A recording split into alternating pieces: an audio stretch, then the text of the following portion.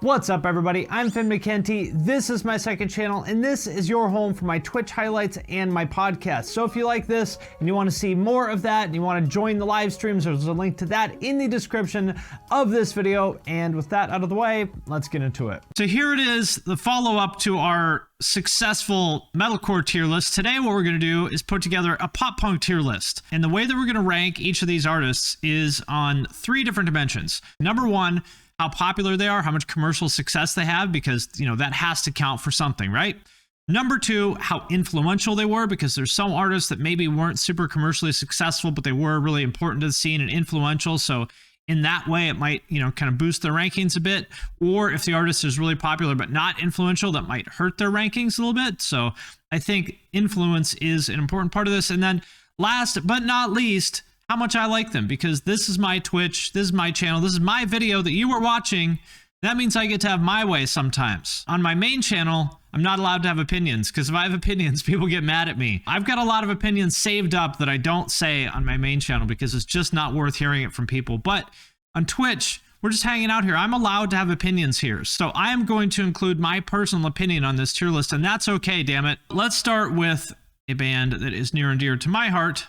Story so far. There's many different eras of the story so far. As far as I'm concerned, this is the one that matters.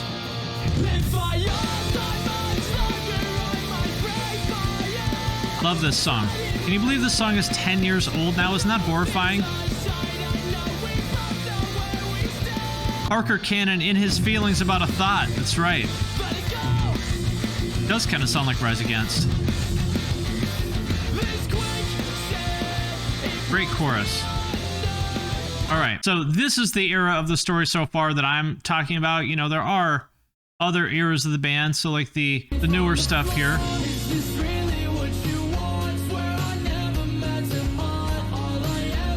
Not bad. I think every era of the story so far is good, but for the purposes of this video, what we're talking about is prime story so far, which I would say is Quicksand, Under Soil and Dirt. As far as commercial success goes, you know, they were never the biggest band. They were the biggest band of their cohort of the sort of, you know, 2010 to 2013 Tumblr sad boy pop punk bands like State Champs, Real Friends, Knuckle Puck, The Wonder Years. Definitely the biggest of those bands, but still not huge. I think the most they ever did was like number 20 something on Billboard, which is good. Don't get me wrong, but, you know, nothing compared to, you know, Blink or, you know, Green Day or anything like that. In terms of influence, though, I would say that they were quite influential. Like, to me, they're the template for all those bands, for every sad boy like Khakis with a snapback and pizza era of Tumblr pop punk. In terms of their aesthetic and their sound, they were definitely the most influential of those bands as well. So I think you have to give them a little bit of a bump for that. And as far as how much I like them, I think that album is a classic. Quicksand is the best song, but there's a lot of good songs on there too. Some lyrics that maybe don't hold up is the name of the song Daughter, where Parker's in his feelings about a thought.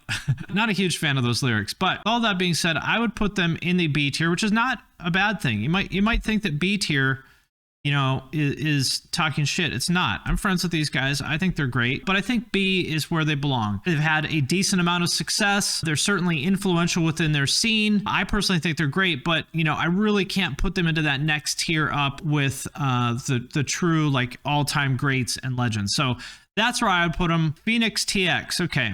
What about that? This is kind of a deep cut. I liked them a lot, but how many people are aware of this band? Because they were fairly obscure even in the 90s. They were known because they were like friends with Blink. Like, I'm not sure why, but I think Mark discovered them or something like that and like tried to put them on or something like that. I don't really know what the relationship was, but they were a really good band. They put out 2 albums, I think, and then sort of disappeared around the early 2000s. I don't know why. This, I think, is their biggest song from this album. This is from their second album. And if there's nothing left to say, use all those subtle inquiries. This is pretty good. Every pop punk drummer like tried to not only play like Travis Barker, but even look like they were playing like Travis Barker. I think the problem with Fenix TX is they had really good songs, but the singer, who I believe wrote everything, was just not a super charismatic guy, not really capable of carrying the band. This is my favorite Fenix TX song. I really like the lyrics. The lyrics are like Hatebreed.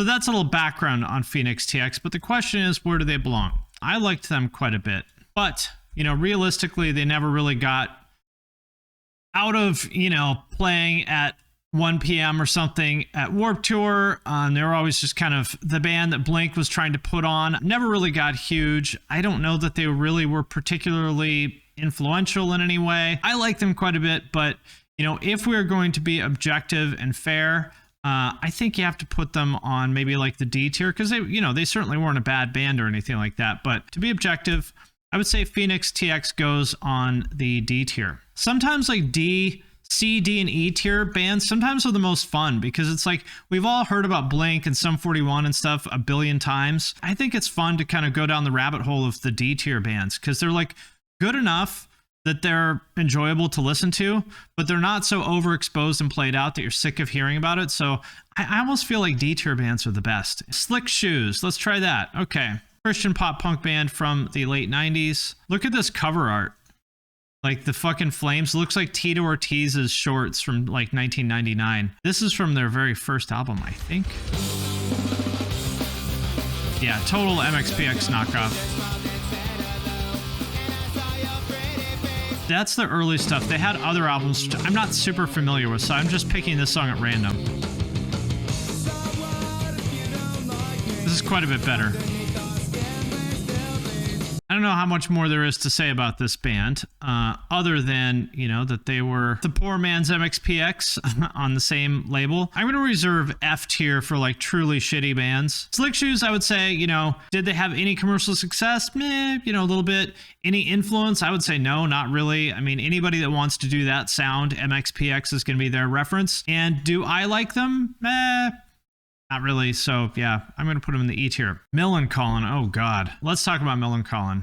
Just really quick, so I'm going to get them out of the way. Millencolin is a top tier Punisher band. Their fans are so fucking annoying. I don't know why. Millencolin was like an absolute, like, forgettable 90s band. I guess they must have gotten really popular in Europe or something like that. I don't know. They were probably in a Tony Hawk game or something, and that's where people know them from. This is the song that I like.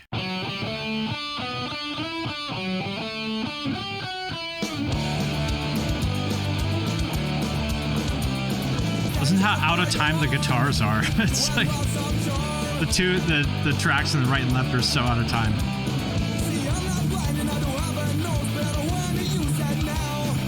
I would put them in the category of these other bands who are really only known because of Tony Hawk, which is not a bad thing. I don't think we can, you know, say that they were some sort of great band or something like that was like criminally underrated and deserves our adoration or something like that. Commercial success, they probably do well in Europe because, you know, here's a fact, everybody. I know you're not going to like this, but here's a fact. I'm going to drop a fact on you. Mediocre bands can make a lot of fucking money in Europe. Like, this is what American bands won't say publicly, but it's true. Most American bands make all their money in Europe because Europeans are just honestly not that picky. I don't know why, but Europeans just have lower standards. Every crappy, washed up American band can still go over to Europe and make 50 grand playing some shitty festival in Spain. And good for them. They should. I'm not faulting them for that. If you can make the bag, you should. So Millencolin, I'm sure they do well in Europe, but that doesn't really mean a lot to me. Are they influential? They have a certain fan base, I guess, but I would say not really. And do I like them? They're okay. You know, I liked that song when I was in high school. I would put them on the D tier, I would say. Not a bad thing. There's a lot of, I like a lot of D tier bands. What's next? How about Pennywise? I'm guessing that we all know Pennywise, but just in case we don't, one of the defining bands of 90s skate punk. And let's listen to them for anybody who may not be familiar. I like this video. Very 90s. Look at his socks. Probably wearing Airwalks, right?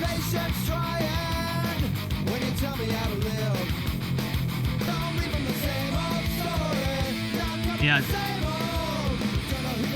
You could play an entire Pennywise album and think it's only one song. That is exactly. You could play their entire catalog and think it was only one song. I think Pennywise is a perfectly fine band, and certainly they were, you know, a big part of the 90s like skate punk era, but I hate them. I hate Pennywise. Skate punk was so generic, like most of it. The good stuff, you know, NOFX and Strung Out and a few of those bands were really good, but man, there was so much fucking generic skate punk, it's not even funny. That said, Pennywise have been very successful. They were very popular back in the day. I want to say that they're not influential because nobody really sounds like Pennywise, but I feel like they were kind of like an entry point for a lot of people into like punk and alternative music and stuff. So I think you have to give them some credit for that. I don't like them, but I would have to put Pennywise. I would have to put Pennywise on the A tier. How about Descendents? Where do we think the Descendants go? Coolidge is my personal favorite era of the band. Coolidge, yeah, I don't want to grow up. Like, that's my favorite stuff, the mid-period stuff. Let's play Coolidge. That might be my favorite Descendants song.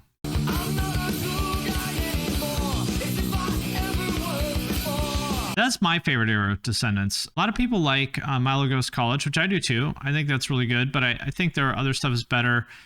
This is, you know, the reunion stuff was pretty good.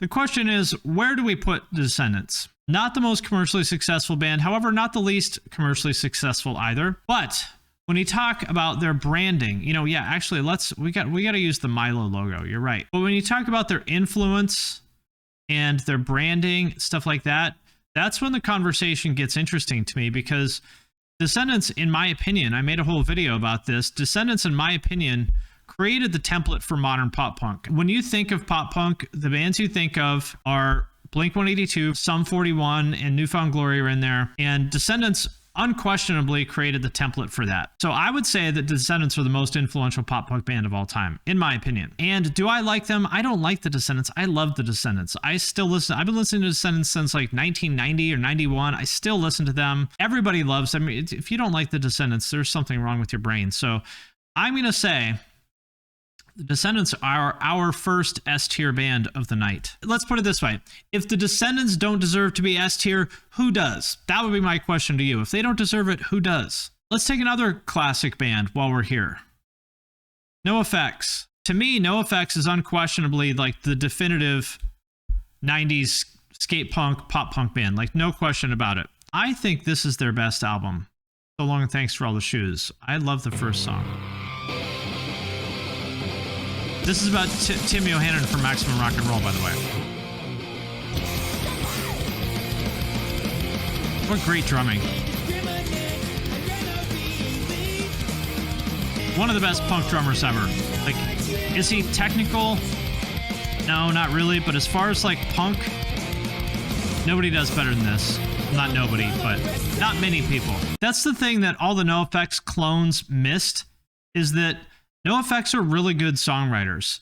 Everybody else sort of copied their sound, just like everyone copies Architect's sound, but they didn't write the same kind of songs as NOFX did. And that's what really made them special. Anyway, the question is, where does NOFX belong on the pop punk tier list? You know, they wouldn't refer to themselves as a pop punk band, of course, but if we're putting on our, you know, alternative music sorting hat, where would we put NOFX? They've sold a lot more records than you think. Incredibly influential. One of the most influential punk bands of all time. I think they're great. I think NOFX belongs in the S tier. Let's talk about Screeching Weasel. A little bit of background on them for anybody who may not be familiar. Back in the 90s, they were pretty popular in the sort of in the punk scene. They were pretty catchy. They wrote some pretty catchy songs. They were the leaders of what I would call the Ramones core genre of all the bands that tried to sound like the Ramones. I think they were pretty good. This is the album that I remember being pretty big. Literally just sounds like the Ramones, pretty much. Screeching Weasel is one of those bands that can barely play, but it's a good thing. Like, their shittiness is an asset. The shredding leads, that's right. Look out, Tosin. So that's Screeching Weasel. I always hated Screeching Weasel. I think all that Ramones core stuff sucks. I think it's like totally derivative and uninteresting. And the people, man, the people in the Ramones core scene were such fucking assholes. They looked like the fucking Screeching Weasel logo. They would wear like some leather jacket and smoke and just be a fucking total asshole to everybody all the time. Just the biggest fucking dicks. I hated the people in this scene. And the music kind of sucked. And also, check this out. This is from 2011, I think. He punched two women. He punches this girl here, and then he punches her. It's not like, oh shit, I didn't realize that was a girl. You know, like, he saw her, he punched her, and then he kept coming at her.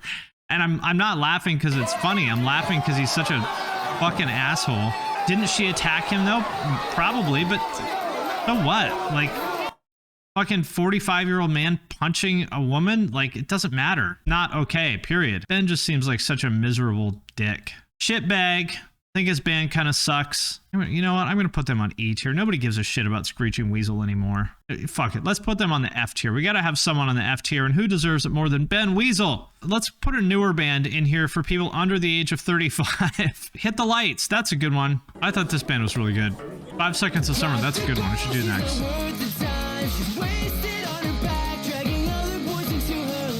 Just looks so 2008.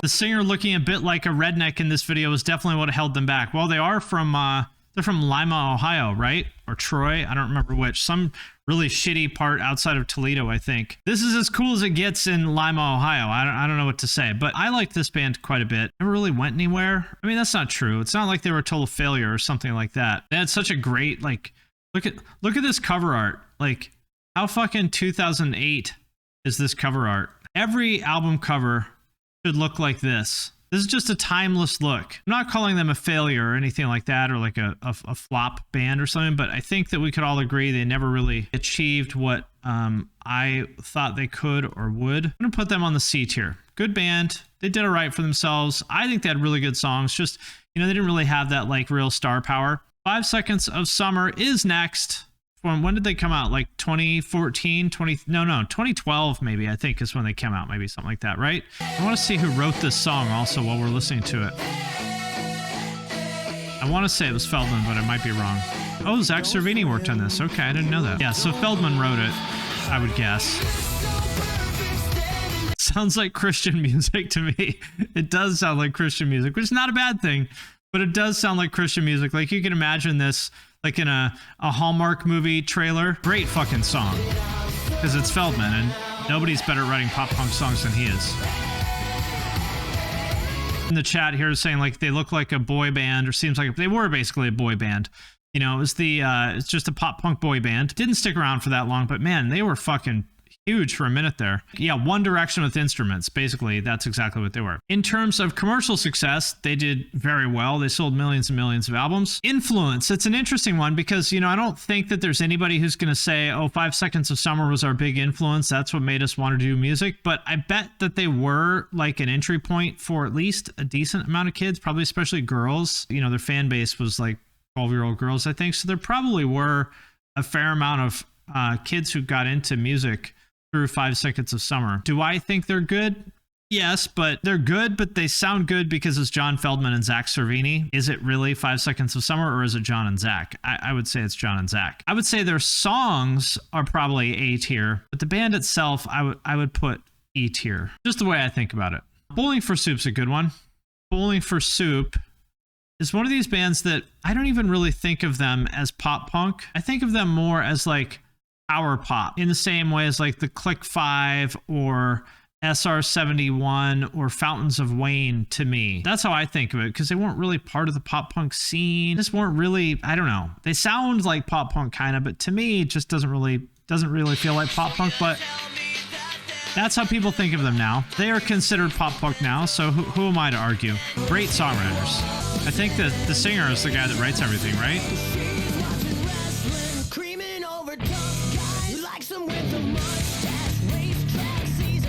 Anyway, Bowling for Soup. God, look at this logo. They look like a fucking Nick Jr. show. I don't know how many records they've sold, but I'd be willing to bet it's probably more than I think. And I'm sure that they do super well in Europe, because this is exactly the kind of corny shit that people in Europe fucking love. And to be clear, they seem like cool guys. And I think whoever writes their songs is really fucking good. Commercial success, there's something. Influence, I don't know. I'd give them sort of a middle tier grade for influence. You know, they certainly didn't define this sound, but I know they were one of these gateway bands for a lot of kids. Do I like them? I actually do like them. I would put them, I think, on the B tier. MxPx, that's a good one. Yeah. So MxPx is another one of these interesting bands that was absolutely fucking hated back in the day, back in the 90s. They were a Christian pop punk band. I don't know if they still consider themselves Christian or what, but that's what they were. If you liked MxPx when we were in high school, you were a fucking poser. Like, even I hated on MxPx, and I've always been the most open-minded person. They have some good songs, but just their scene was so corny. Remember once when I went to Warped Tour 2001 to the venue at the time, it used to be on the Gorge in Washington, which is like on the other side of the state, and the road on the way there was only 2 lanes, one each way, and Yuri, the drummer, was tailgating. He was on my fucking ass the entire time. Like, wait a minute, is that the guy from MxPx? Slow the fuck down, man. I think this is a great song, by the way.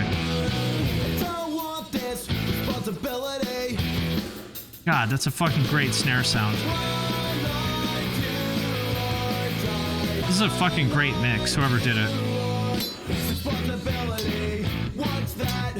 This is from like 2000, so that's probably an entirely real snare or close to it, before everyone's sample replaced everything. It's interesting that MxPx has been, you know, sort of retconned as a legitimate pop punk band now. And to be fair, why not? They should be. They seem like really cool guys. I've never really talked to them, but they seem like really cool guys. I have nothing but good things to say about them, and they are a great band. It's just interesting how things change, and, you know, that they were the absolute least fucking credible band in the world back in the 90s, and now everyone likes MxPx and they've been retconned as credible. Jeremy McKinnon has an MxPx tattoo, that's right. So I'd say that they were fairly influential, certainly in the Christian scene. Do I think they're a good band? I do. Where would we put them? I'm seeing some C's. That seems a little low. I think they belong on the B tier. Below Pennywise, but above Hit the Lights? That feels about right to me. So, of course, we gotta ask, what about Blink? Where does Blink 182 go? Well, we all know the answer to this one. This is going to be an easy one. If anybody did not say S tier for Blink, I don't know what to say. You're just out of your mind. Blink 182, obviously the definitive, the most influential, the most popular, like in every way, the biggest pop punk band, just period. There's no other way you can look at it. If you don't think Blink 182 is an S tier pop punk band, then you should just go smash your computer or your phone or whatever you're watching this on right now, because you clearly can't be trusted with information. And that's just that. Now, how about Sum 41? They're another band that was not at all credible back in the day. Nobody would admit to listening to Sum 41 back then. They were, you know, even worse than Blink. Everybody hated Blink. They were for posers. But Sum 41 was decidedly lower tier in terms of credibility than Blink, because they were seen as like the Canadian knockoff Blink, which, to be clear, I think was kind of unfair, because they were different. Like, they had their Blink moments for sure, but like Fat Lip, and, you know, they brought in some of the rappier stuff, and, you know, some of the more metal stuff. So I think that they were different. They were obviously similar to Blink, but I think they're kind of doing their own thing. They had a lot of success, not as much as Blink, but a lot of success. They have proven to be very influential. I think they're a solid band. They've proven that they weren't just like one of these flash in the pan kind of interchangeable 90s pop punk bands, and their shit holds up. I would say that they belong on the A tier. They're not Blink. They're not NOFX, not Descendents, but better than Bowling for Soup, better than MxPx, solid A tier band. I want to do a part 2 of this. You know, people can say, oh, where's Green Day? Where's blah, blah, blah. I think maybe I'll just save it for part 2. So we'll do one more. Yeah, Neck Deep. Neck Deep will be our last one. Popularity, probably the most commercially successful of that cohort of bands, I would say, especially over in the UK. Not huge, but, you know, they're doing things. They have like 1 million or so Spotify listeners now, I think. Are they influential? I would say no, they're not. I don't think that anybody wants to sound like Neck Deep, because Neck Deep just started as a Story So Far cover band, basically. They kind of sound like everyone else. They have that generic pop punk shirt, which I think is correct. I think they are generic pop punk, and I'm not putting them down. They seem like cool guys. I'm just keeping it real here. You know, I would say just kind of a middle of the road pop punk band. Fairly successful. Do I like them? I really like the album that Jeremy McKinnon and Andrew Wade produced, because it's Jeremy and Andrew, and anything they do is amazing. Life's Not Out to Get You, that Can't Kick Up the Roots, that's a great song. But everything else they've done, I would say, is just kind of okay. I'm going to put them on the C tier, because I don't think they're very influential. With all due respect to Neck Deep, they seem like cool guys. I am a fan of the band, but I'm going to put them on the C tier, and that will wrap up this edition of the Pop Punk tier list. I hope everyone enjoyed doing this as much as I did.